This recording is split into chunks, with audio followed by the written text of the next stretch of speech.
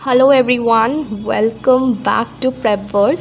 So I know काफ़ी time हो गया और मैं काफ़ी ज़्यादा थोड़ी बिजी चल रही थी, एग्ज़ाम्स वगैरह चल रहे थे। बट अब इस साल के एग्ज़ाम्स ऑलमोस्ट ख़त्म हो चुके हैं। सो आई थिंक अभी टाइम आ गया कि मैं आप लोगों को बता दूं कि मैंने जो है अपने सारे प्रीलिम्स इस साल फर्स्ट अटैम्प्ट में क्लियर कर लिए हैं। और मैंने 3 मेंस दिए हैं इस साल एंड आई नो तीनों ही मेंस मेरे अच्छे नहीं गए, तो there are very low chances कि मैं मेंस क्वालिफाई कर पाऊँ। बट स्टिल, क्योंकि मैंने प्रीलिम्स पहली बार में क्वालिफाई किया है, तो मैं सोच रही हूँ आप सबके साथ थोड़ा शेयर कर दूँ कि मेरे क्या स्कोर रहे एंड मैंने कैसे किया ये। सो IBPS PO में इस साल मैंने स्कोर किया 58.54, SBI क्लर्क में 82.5 एंड IBPS क्लर्क में 92 स्कोर किया है। सो ये रहा मेरा एक्चुअल स्कोर कार्ड। सो ये IBPS PO का स्कोर कार्ड है। मैं काफ़ी सर्च करी बट मुझे IBPS क्लर्क का स्कोर कार्ड मैंने कहाँ सेव करके रखा है मुझे बिल्कुल नहीं मिल रहा है, बट PO का मिल गया है। तो आप लोग यही देख लीजिए रीजनिंग में मेरे क्या स्कोर है। सो रीजनिंग में बेसिकली 40 मार्क्स का पेपर था, 9.75 इसकी कट ऑफ गई थी और मेरा स्कोर 821.43 आया। इंग्लिश 30 मार्क्स का पेपर था, इसकी कट ऑफ 13.25 गई थी, मेरा स्कोर 28.75 आया है। और फिर आता है मेरे क्वांट्स का सेक्शन, जो कि मेरा सबसे वीकेस्ट सेक्शन है। आई नो इसका सेक्शन कट ऑफ ही निकल गया है, वही बहुत बड़ी बात है मेरे लिए। सो क्वांट्स में 6.25 हमारा कट ऑफ था और मेरा स्कोर 8.36 आया है, तो जस्ट बच गई हूँ मैं। और रही बात टोटल स्कोर की, तो कट ऑफ 49.21 गया है और मुझे स्कोर 58.54 मिला है, तो ऑलमोस्ट 9 मार्क्स मुझे ज़्यादा मिल गया है कट ऑफ से। सो ये था मेरा IBPS PO का प्रीलिम्स। ये है मेरा SBI क्लर्क का प्रीलिम्स। तो इसमें कोई सेक्शनल कट ऑफ रहता नहीं, तो वो लोग मार्क्स भी नहीं देते हैं। सो मैंने वेस्ट बंगाल से अप्लाई किया और आप सभी को पता है वेस्ट बंगाल का कट ऑफ हमेशा पूरे इंडिया में सबसे ज़्यादा जाता है। तो इस बार भी गया था 82.5 आया और कट ऑफ 81.5 गया था, तो इसमें भी मैं जस्ट बची थी। But I think all India के कंपटीशन के कंपैरिजन में थोड़ा बेटर परफॉर्म मैंने किया था इसमें भी। सो अभी जो थर्ड है वो IBPS क्लर्क का है और उसका मुझे स्कोर कार्ड मिल नहीं रहा है, बट मुझे अपने स्कोर्स याद है। सो मेरे IBPS क्लर्क में 92 मार्क्स आए थे, वेस्ट बंगाल का कट ऑफ 78.5 गया था।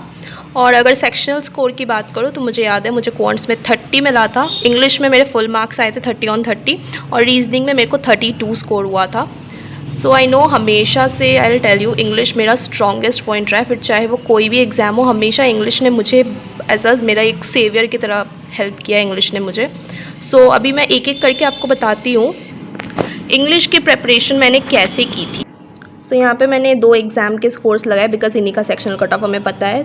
28.75 मिला था मुझे आउट ऑफ 30, IBPS PO का है ये, और क्लर्क में मुझे 30/30 मिले थे। ठीक है, जो मेरी स्ट्रैटेजी थी वो था डेली मॉर्निंग में एडिटोरियल्स देखती थी। निमिषा मैम का एडिटोरियल आता है, आप उनका चैनल पे जाओगे तो यहाँ पे उन डेली एडिटोरियल्स करवाती हैं मैम मॉर्निंग में 8 o'clock से। सो ये वाले एडिटोरियल्स देखना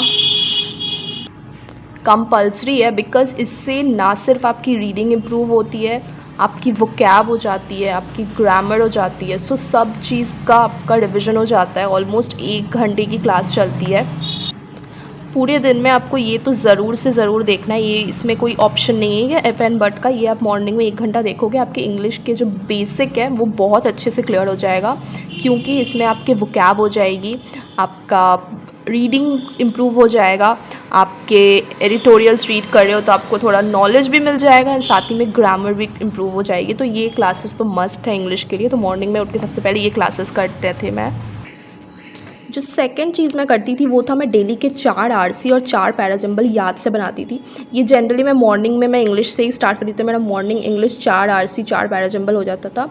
एंड सिंस मैं एक पोस्ट ग्रेजुएट स्टूडेंट हूँ तो मेरे को 10 बजे कॉलेज जाना पड़ता है, तो ये मेरा मॉर्निंग का काम होता था कि मैं मॉर्निंग में उठ के सबसे पहले मैं एडिटोरियल देख लूँ और फिर 4 RC और 4 पैराजंबल्स करके मैं कॉलेज चली जाती थी। तो ये मेरा मॉर्निंग का टू डू लिस्ट होता था, ये आपको करना पड़ेगा।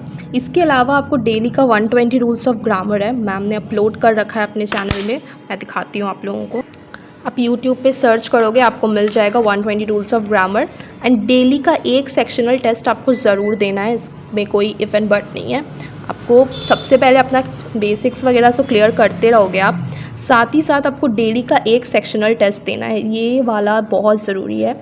आप कोई भी मॉक टेस्ट ख़रीद लो और आप वहाँ पे डेली का एक सेक्शनल टेस्ट इंग्लिश का लगाना शुरू कर दो, ये आप कभी भी कर सकते हो। एंड 120 रूल्स ऑफ ग्रामर आप कर सकते हो यूट्यूब पे फ्रीली अवेलेबल। अब नेक्स्ट है रीजनिंग। रीजनिंग में जो है सबसे पहले आपको अपना बेसिक्स क्लियर करना पड़ेगा, बहुत इंपॉर्टेंट है बेसिक्स क्लियर करना, बिकॉज अगर आप एक कंप्लीट बिगनर हो तो basics is the important thing जो आपको करना ही पड़ेगा, कोई क्वेश्चन नहीं है इसमें। तो आप बेसिक्स कहाँ से करोगे मैं आपको दिखा देती हूँ। अड्डा का यूट्यूब पे एक 62 लेसन्स का एक प्लेलिस्ट पड़ा हुआ है, इसमें बेसिक से एकदम पढ़ाया गया है आपको। रीजनिंग का पूरा बेसिक्स पूरा हीरो लेवल तक ये लोग पढ़ा देंगे, तो यहीं से आपको अपने बेसिक्स क्लियर करने हैं।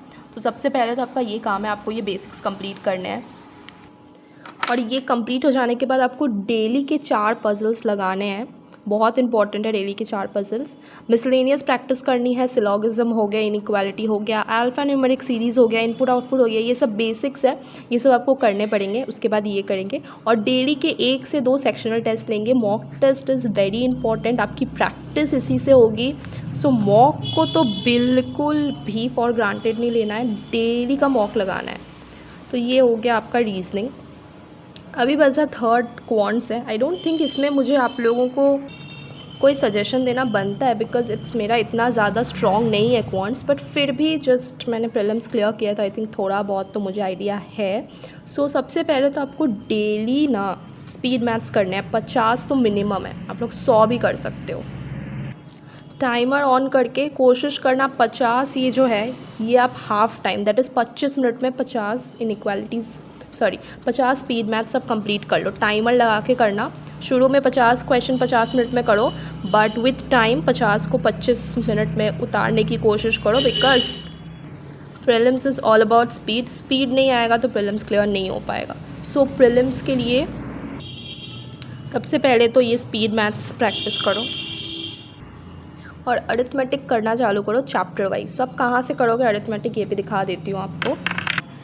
ये स्टडीफाइड यूट्यूब चैनल के प्लेलिस्ट सेक्शन में जाना है और नीचे स्क्रॉल डाउन करके यहाँ पर एक है प्रीलिम्स लेवल अरिथमेटिक। ये एक प्लेलिस्ट है 46 वीडियोस की, ये वीडियो कंप्लीट करना है, आपका बेसिक्स हो जाएगा प्रीलिम्स का। और उसके साथ साथ इसके ठीक बगल वाली वीडियोस केस लेट DIs वाली वीडियोस, ये 31 वीडियोस, ये इससे आपके अरिथमेटिक और DI के बेसिक्स क्लियर हो जाएंगे।